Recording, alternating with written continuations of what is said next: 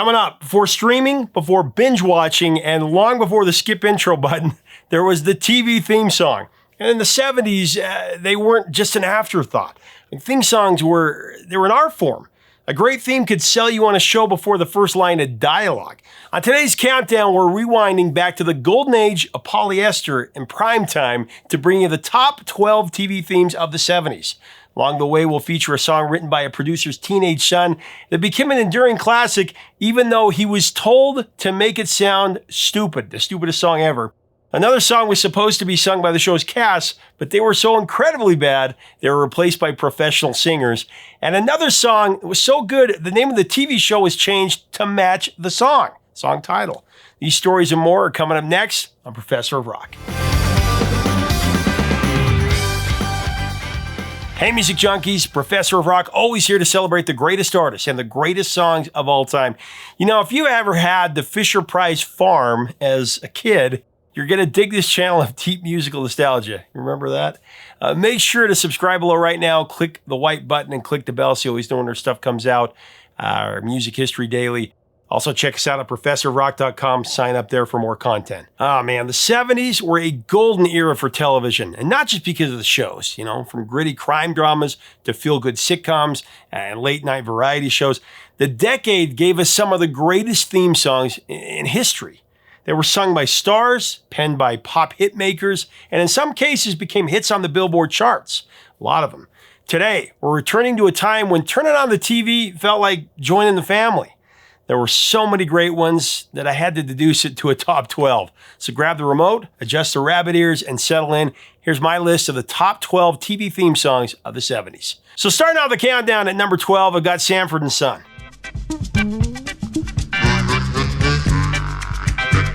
When Sanford and Son premiered in 1972, it brought a bold, funky sound to primetime TV. That sound? Quincy Jones's The Street Beater. Show's irresistibly groovy instrumental theme with its jazz-funk rhythms and scratchy harmonica, a theme that felt like a stroll through Watts, L.A. The show followed Fred Sanford, a sharp-tongued junk dealer, and his son Lamont, as they ran their family business and clashed over nearly everything. It was a sitcom with an edge, mixing classic one-liners with deeper themes about race, poverty, and family dynamics. Fred's constant fake heart attacks, it's the big one, they became the stuff of TV legend. Oh, it's the worst one. This is the big one.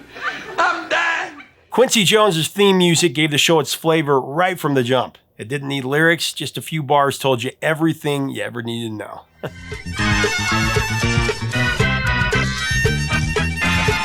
Coming in at number 11, it's one that makes me smile, and I'm sure you, every single time. It's the theme from the Rockford Files.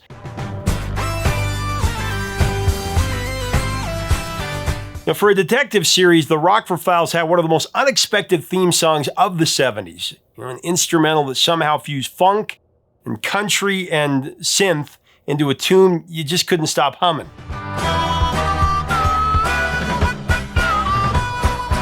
Composed by the great Mike Post and also Pete Carpenter, the theme became a surprise hit on the Billboard Hot 100, climbing to number 10 in 1975. With his catchy Minnie Moog hook and his laid-back swagger, it set the perfect tone for Jim Rockford's unconventional brand of sleuthing.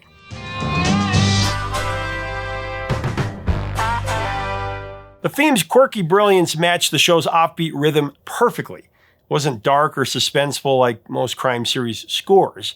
It was sly, it was melodic, and unmistakably cool. It stood out in a sea of police procedurals, and today it's still one of the most iconic TV instrumentals of all time. Of course, it helped that James Garner was the face behind the show.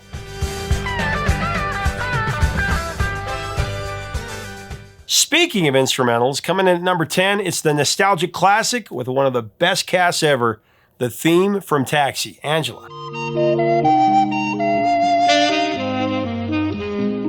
Now, Taxi debuted in '78 with one of the most evocative instrumentals ever to hit the small screen. While the show was a workplace comedy about New York City cab drivers, the theme hinted at something deeper, something more reflective. Before you even heard a line of dialogue, Taxi, it set a mood.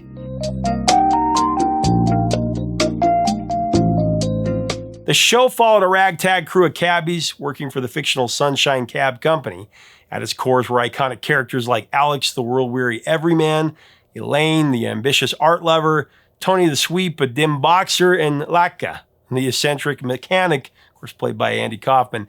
Danny DeVito's Louis De Palma, he ran the garage with brutal efficiency. It's the law. It's also the law you can't spit in public. Spit! The sitcom mixed laughs with heart, earning multiple Emmys and standing out for its smart writing. The theme is called Angela, like I said, written by jazz musician Bob James. Ironically, it wasn't the producer's first choice. Another James composition was originally slotted for the opening credits, but when they heard Angela, written for a one-off episode actually, they knew it was something special. Mellow and melancholy, Angela felt like a 2 a.m. drive through Manhattan. That's why it worked so well. What made it even more striking was how unorthodox it was. Most sitcoms opened with upbeat sing-alongs or zany intros, but Angela didn't deliver exposition. It delivered emotion.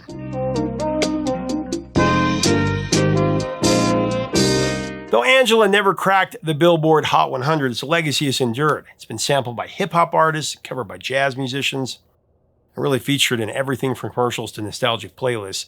More than 40 years later, that taxi theme, it still transports you back to the glow of a cab's dashboard and to a show that understood the human heart beneath the hustle.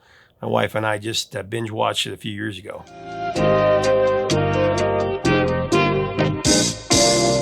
Coming in next at our countdown at number 9, it's the instantly recognizable theme from Three's Company.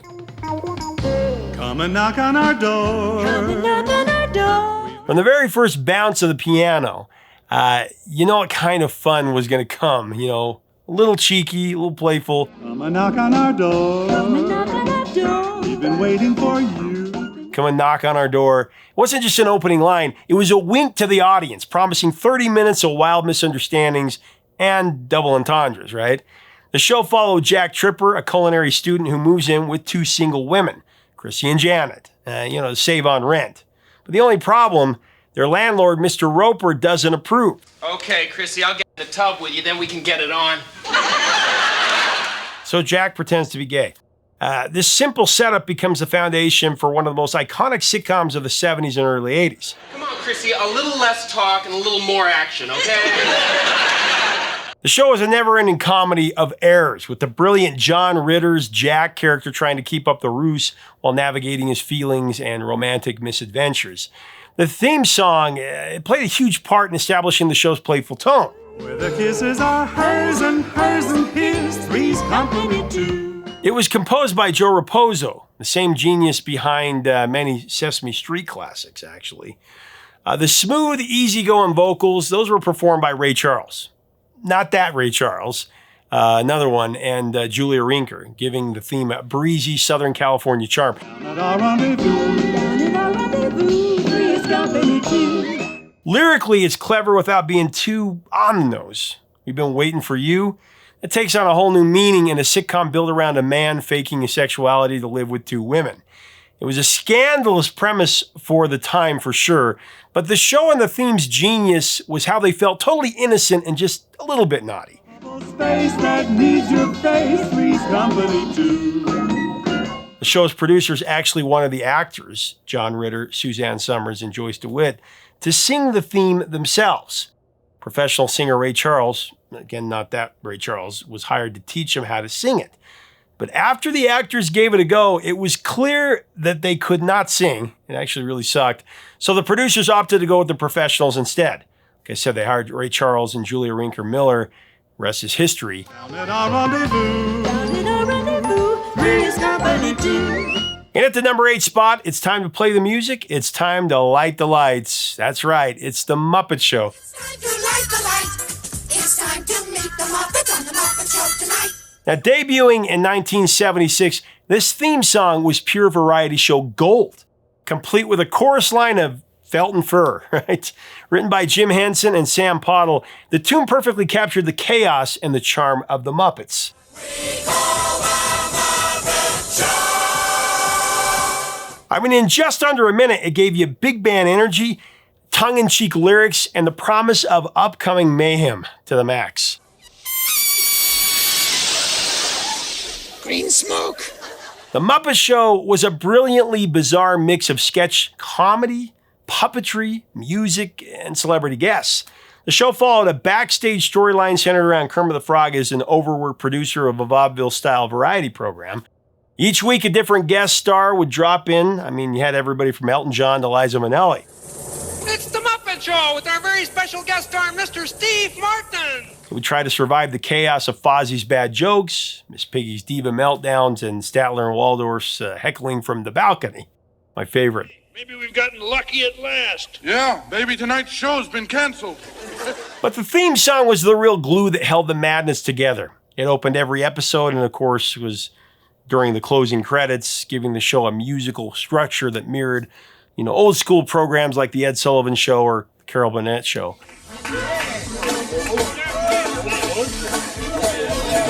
Each week, the theme featured slight tweaks, different jokes, gags, and interruptions by the Muppets themselves. I think The Simpsons took a page from that for sure. And that unpredictability kept it fresh. It's time to get things started. I like the old opening better. For a generation of kids and more than a few adults, it was the highlight of the week. Today, the Muppet Show theme is one of the most recognizable pieces of TV music ever written.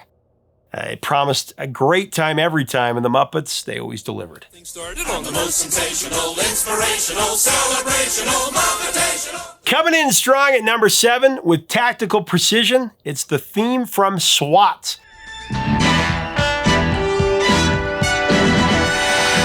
One of the rare TV instrumentals that didn't just set the tone for the show, it took over the charts. In the mid-70s, TV theme songs, they were everywhere, but few hit harder than this one.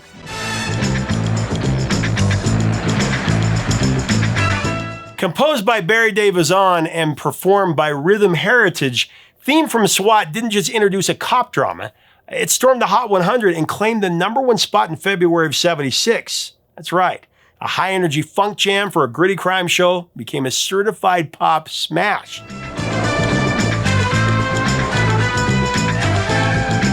I mean, musically, this track goes all in. It starts with a siren-like synth pulse that instantly puts you on alert.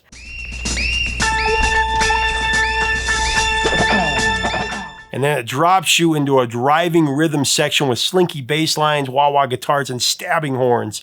It's cinematic, it's percussive, and funky as hell. You don't have to watch the show to love this song.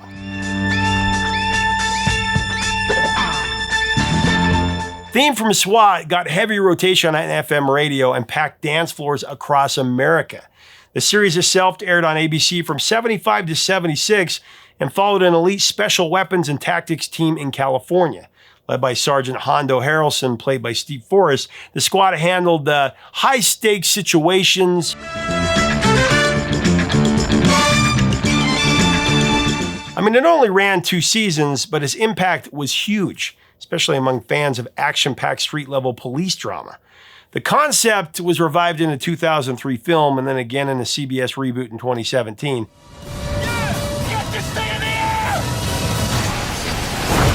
But if you ask most people what they remember from the original, they'll always say the theme song. The S.W.A.T. theme worked because it tapped into a moment. I mean, funk was dominating the charts and America was obsessed with crime dramas from Starsky and Hutch to Kojak. Barry's composition captured both trends, but it added a cleaner, tighter edge that made it perfect for network TV.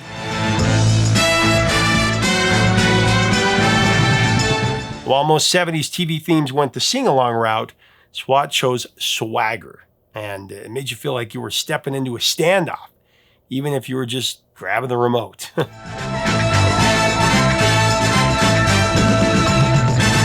Moving on up to number 6, we got the Jeffersons. Well, we're moving on now to the east side. When it comes to classic TV themes that make you want to stand up and strut, nothing hits like the Jeffersons' Moving On Up. Sung with gospel power gusto by Janae Dubois of Good Times fame, the theme is joyful and unshakably catchy. To a deluxe apartment in the sky. Written by legend Jeff Barry and Jeanette, the song is a full-blown declaration of success, from the first piano flourish to the final Ain't Nothing Wrong With That. Captures the spirit of upward mobility in America, especially for this family in the '70s.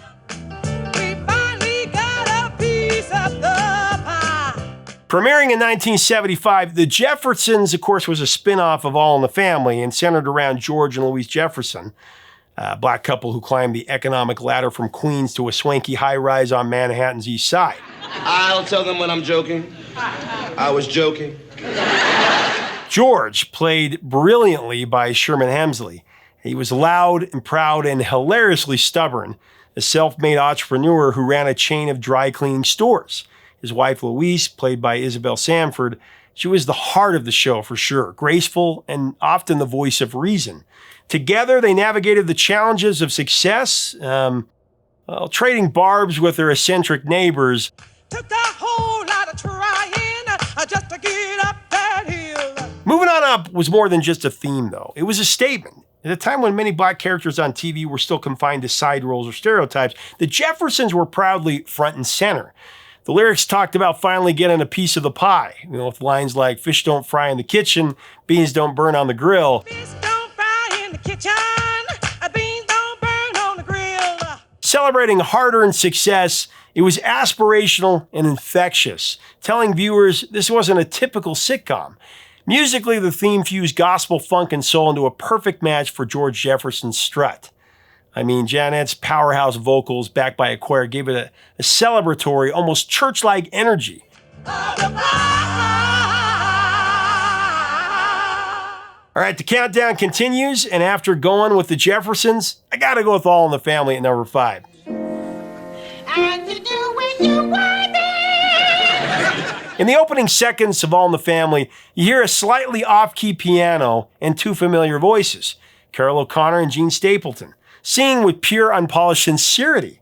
The song is Those Were the Days, a nostalgic nod to a bygone era of American life. Those were the days. Written by the Broadway duo of Lee Adams and Charles Strouse, the theme was raw and real and perfectly suited to the sitcom it introduced. As Archie and Edith Bunker belt out lines like, "Mister, we could use a man like Herbert Hoover again," you immediately know where Archie stands. We could use a man like Herbert Hoover again. That was the brilliance of this. It wasn't just a theme song, it was a character sketch set to music. All in the Family broke the sitcom mold wide open when it debuted in 71. Of course, created by the late Norman Lear. It followed Archie Bunker, a working-class conservative in Queens, New York, whose loudmouth opinions often clashed with the changing world around him. Opposite him was, of course, Edith, his sweet but scattered wife, their progressive daughter Gloria, and her husband, Michael Meathead Stivic. Oh, let me get that. Get away from the door, Meathead. Get over there. Get over there. Archie, let it. The show tackled previously off-limits subjects, and, it did it with a lot of class. Topics that had never been approached with really that level of honesty in a half-hour comedy show.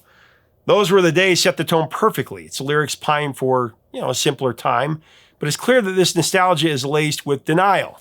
I mean, Archie sings about the past like it was perfect, while the show around him works hard to show that it wasn't.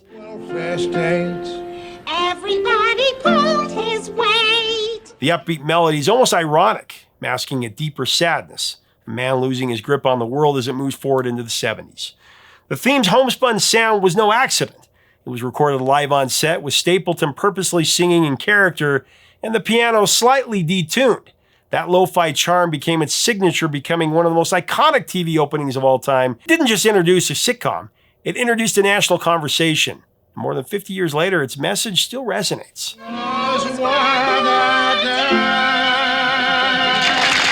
Okay, we're getting close to the top. Coming in at number 4, it's the show that gave us a young John Travolta. I got the theme from Welcome Back Kotter. Welcome back. The pantheon of great 70s TV themes, few songs match the warmth and lasting impact of John Sebastian's Welcome Back.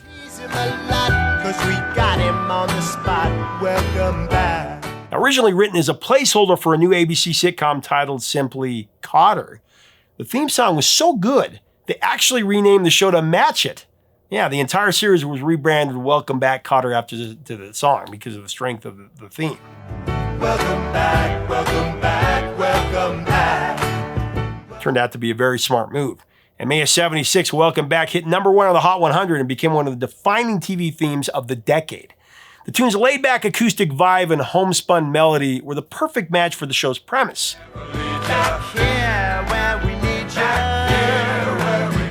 Welcome Back Kotter followed Gabe Kotter, a wisecracking teacher returning to his old Brooklyn high school, James Buchanan High, to teach a class of lovable misfits known as the Sweat Hogs. Welcome back. We always could. The cast included Ron Palillo as Horseshack, Lawrence Hilton Jacobs as Boom Boom Washington, and of course, a young John Travolta in his breakout role as the cocky class clown, Vinnie Barbarino.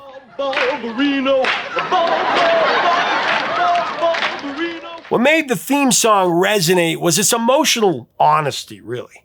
Welcome back, your dreams were your ticket out. And it said everything the show was really trying to say in just one verse. Your dreams were your ticket out. Welcome back. It wasn't just about school, it was about coming home to where you started and finding meaning in that return. John Sebastian, of course, formerly of the Lovin' Spoonful, wrote the song in just a few days. And I know what a scene you were learning in. Ironically, he couldn't find a good rhyme for Kotter, so he wrote about the show's core theme instead. And the producers loved it so much, like I said, they changed the name of the show. Today, the show's been off the air for years, but the theme song lives on. And it's a nostalgic anthem, and it still hits home. Welcome back, welcome back. The top three were pretty easy for me. At the number 3 slot, I got Happy Days. Sunday, Monday, happy days. Tuesday, Wednesday, happy days. Few TV shows captured the feel-good vibe of the 50s quite like Happy Days. Premiering in 1974 and running for an impressive 11 seasons. These days around, I'm being free. This show followed Richie Cunningham and his crew of All-American pals, most notably Arthur Fonzie Fonzarelli, whose leather jacket and cool guy attitude made him an instant pop culture icon.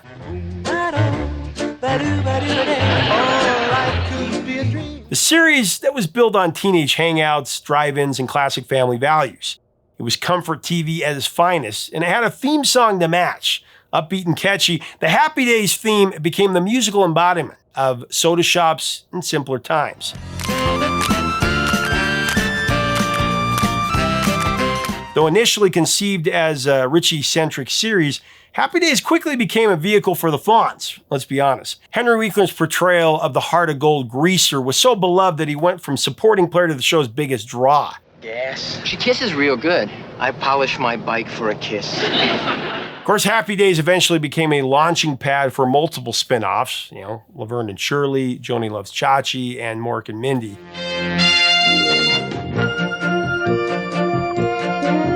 You may remember that the first season's theme was actually Rock Around the Clock by Bill Haley and his Comets, giving the show some early rock cred. 12 o'clock, a rock, we're going to rock around the clock tonight. Hey, glad on. But starting in season 2, it was replaced by a new theme written specifically for the series, of course, Happy Days, composed by Charles Fox with lyrics by Norman Gimbel.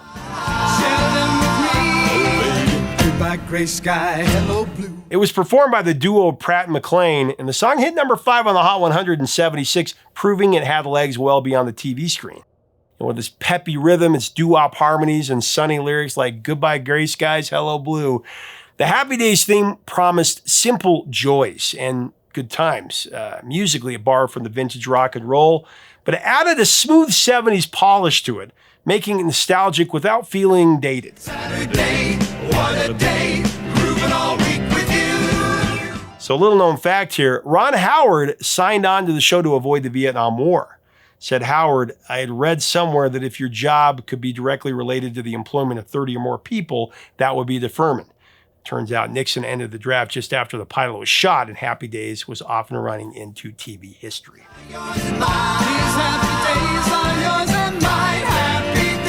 So we made it to number 2, the runner-up position, The Bridesmaid, and I gotta give it to Johnny Fever.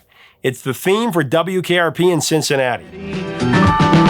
Cincinnati, WKRP. And this one might be the most unexpectedly emotional tune ever attached to a sitcom. For a show built around goofy radio hijinks and wild DJ antics, the opening song struck a surprisingly heartfelt tone. It wasn't just a theme song. It felt like a goodbye letter to a dream that never quite panned out. I'm living on the air in Cincinnati. The series was a workplace comedy centered around the fictional WKRP AM radio station in Cincinnati. Now, when program director Andy Travis changes the format from easy listening to rock and roll, the station's oddball staff scrambles to adapt. From the uptight newsman Les Nesman to the laid-back Dr. Johnny Fever. Style and Johnny Sunshine. You can call me Johnny, okay? Every character brought something chaotic to the broadcast booth.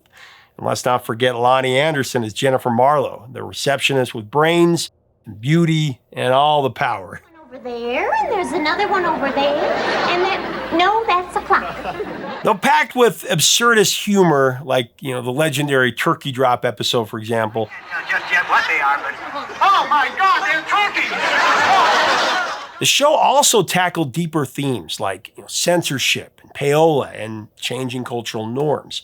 The contrast between the show's silliness and its thoughtful writing mirrored the theme song itself. The theme song was written by series creator Hugh Wilson and Nashville session pro Tom Wells, and it was sung by Steve Carlisle, whose smooth, slightly weathered voice gave the tune its soul for sure.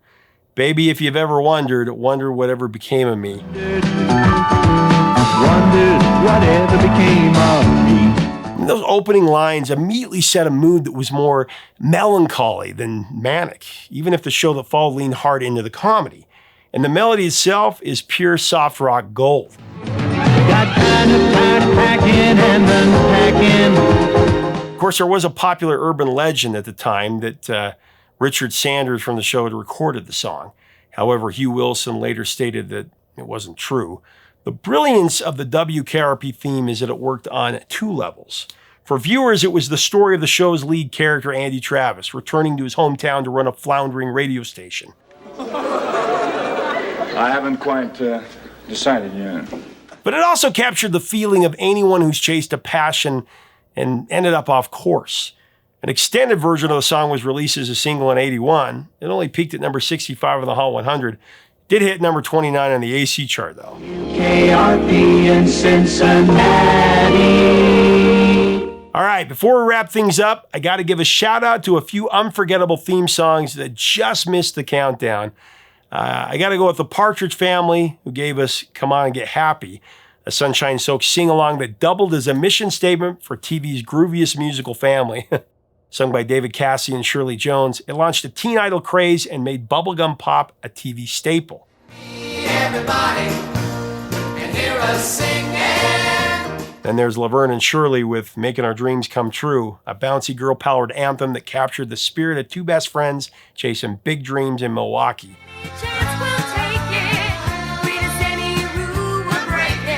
And we can't forget the Mary Tyler Moore Show and its empowering theme, Love Is All Around.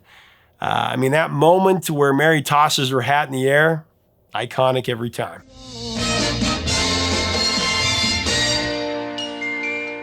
All right, here we are at number 1 on our countdown of the greatest 70s TV theme songs. And at the top spot, it's truly one of the most hauntingly beautiful themes to ever open a TV show. I've got the theme from MASH.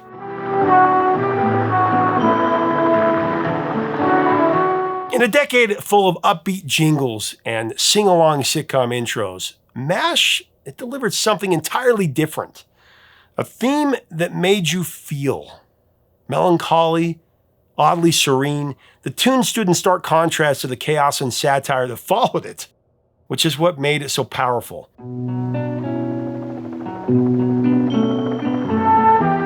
MASH premiered in 1972. It ran for 11 seasons. It became one of the most acclaimed and influential shows in television history. Set during the Korean War, it followed the staff of Mobile Army Surgical Hospital as they used humor and humanity to navigate the horrors of combat medicine. Led by the irreverent and brilliant Hawkeye Pierce. The RED. Frank, the RED speaks English better than YOU do. The ensemble cast used gallows humor and satire as a survival mechanism, offering a unique blend of comedy and drama that hadn't been seen before on TV ever. April Fool. What? The show's ability to juggle heartbreak and hilarity, it was just groundbreaking. One minute you were laughing at Klinger's latest dress, and the next you were choking back tears as a soldier died on the operating table. Through it all, the theme song remained a kind of quiet emotional anchor.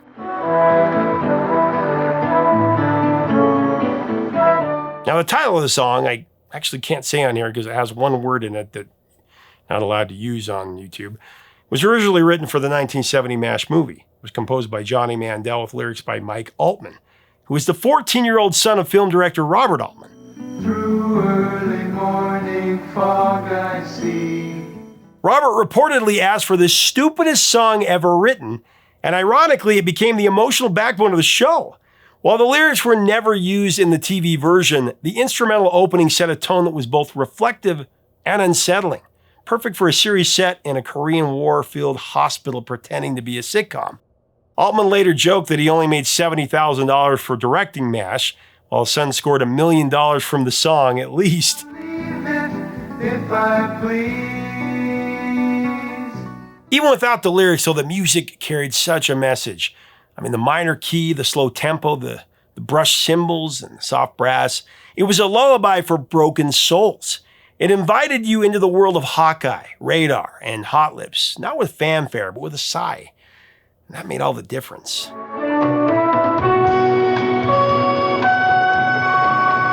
The theme became one of the most instantly recognizable TV themes of all time, and it's not hard to see why. It's the TV theme that let me know as a child that it was time to turn off the TV after my kiddie shows. But it always produced pangs in my heart, even at that young age.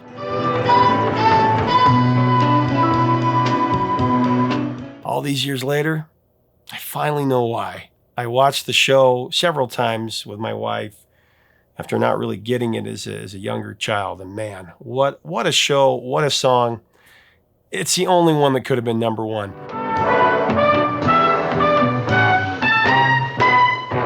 There it is. That's my countdown. What are your thoughts? What are your memories? What do you think? What's your top 10? What are your top 5, your number one TV themes of the 70s? What are your memories of it? Let's have a great discussion below. If you like our content, we invite you to subscribe. We'd love to have you as part of our community. Until next time, I almost said 2. 3 chords in the truth, my friends. See you later.